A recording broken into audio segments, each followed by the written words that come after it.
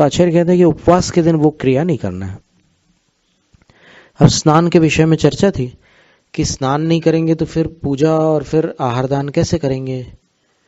तो आचार्य उसका यही समाधान देंगे कि जैसे आगामी काल के जो भी आचार्य हुए हैं उन्होंने भी, और रैणसार ग्रंथ के रचयिता जो आचार्य हैं उन्होंने भी यही कहा है कि अगर दान और पूजा नहीं करेंगे तो फिर श्रावक नहीं कहलाओगे। तो दान पूजा तो छोड़ना है नहीं आपको। दानम पूया मुखम सावय धम्मे न सावया तीर्ण विना, रैणसार की 11वीं गाथा में आचार्य कहते हैं कि दान और पूजा श्रावक धर्म में प्रमुख है, और तीर्ण विना, उनके बिना न सावया, वो श्रावक नहीं है। तो उपवास के दिन अगर ये प्रधान क्रिया छोड़ दे तो फिर वो श्रावक नहीं रह जाएगा। तो उस हिसाब से दान और पूजा करने में आपत्ति नहीं है। दूसरी बात, आचार्य अमृतचंद सूरी लिखते हैं कि उपवास के दिन और पारणा के दिन जिनेंद्र भगवान की पूजा प्रासुक द्रव्यों से करना,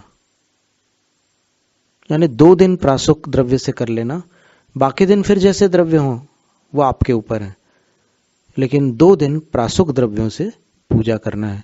इसका अर्थ ये हुआ कि वो पूजा जो करेगा उपवास करने वाला, वो बिना नहाए कर सकता है क्या? नहीं, नहा करके ही करेगा। तो वहां पर स्नान का अपने आप समावेश हो गया। तो इसका अर्थ ये, तात्पर्य ये निकालेंगे कि धर्म कार्यों के लिए जो स्नान अपेक्षित है वो स्नान कर सकते हैं, बाकी जो लौकिक कार्यों के लिए जो स्नान आदि किया जाता है वो नहीं करेंगे। ऐसा अभिप्राय ग्रहण करना उचित प्रतीत होता है, अन्यथा 2 प्रधान क्रियाएं छूट जाएंगी। और देखिए, अपन ने एक बात की थी कि दान और पूजा रहणसार में बताई, फिर जय धवला में दान, पूजा, शील और उपवास 4 क्रियाएं बताई। तो फिर इन 4 क्रियाओं को तो श्रावक धर्म के अंतर्गत लिया है। तो जिस दिन उपवास करे उस दिन दान पूजा न करे क्या?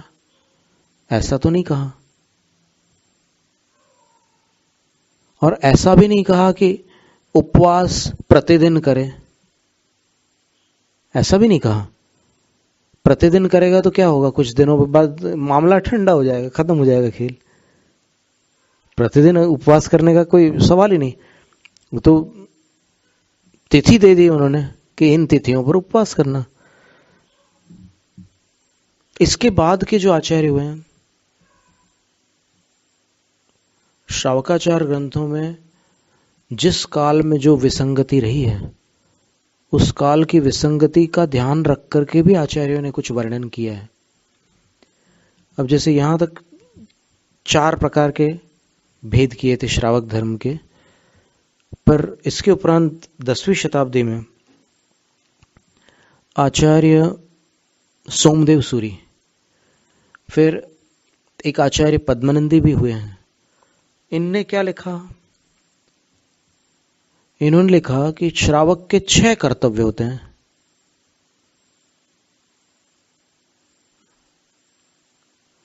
देव पूजा, गुरु उपास्ते, स्वाध्याय संयमस्तपः, दानं चेति गृहस्थानाम, षट कर्माणि दिने दिने। ये पद्मनंदी पंचविंशति का ग्रंथ का श्लोक है। आचार्य पद्मनंदी महाराज ने लिखा, सबको कंठस्थ है, लेकिन कौन से ग्रंथ में पूछो तो फिर पता नहीं, मालूम नहीं हमें, बस श्लोक मालूम है। ये जान लो कि ये पद्मनंदी पंचविंशति का ग्रंथ में आया हुआ श्लोक है। फिर यही श्लोक उपासक अध्ययन ग्रंथ में देव सेवा, गुरु उपास्ते, स्वाध्याय संयमस्तपः, दानं चेति गृहस्थानाम, षट कर्माणि दिने दिने। वहां देव पूजा था, यहां देव सेवा है। ठीक है ना? तो इस प्रकार का वर्णन शास्त्रों में मिलता है। तो विवक्षा के अनुसार ही उसका अर्थ निकालना होगा। किसी गांव में कोई एक श्रावक रहता है, उसका प्रोषद उपवास हो, तो क्या उस दिन उसके गांव में आने वाले साधु संघ को वो निराहार जाने देगा? विचार करने की बात, प्रैक्टिकल सोचो ना।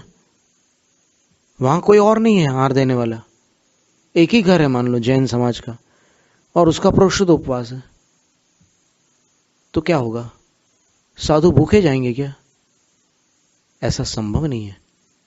दान अवश्य करेगा वो स्वयं आहार ना करे कोई बात नहीं, लेकिन दान करेगा।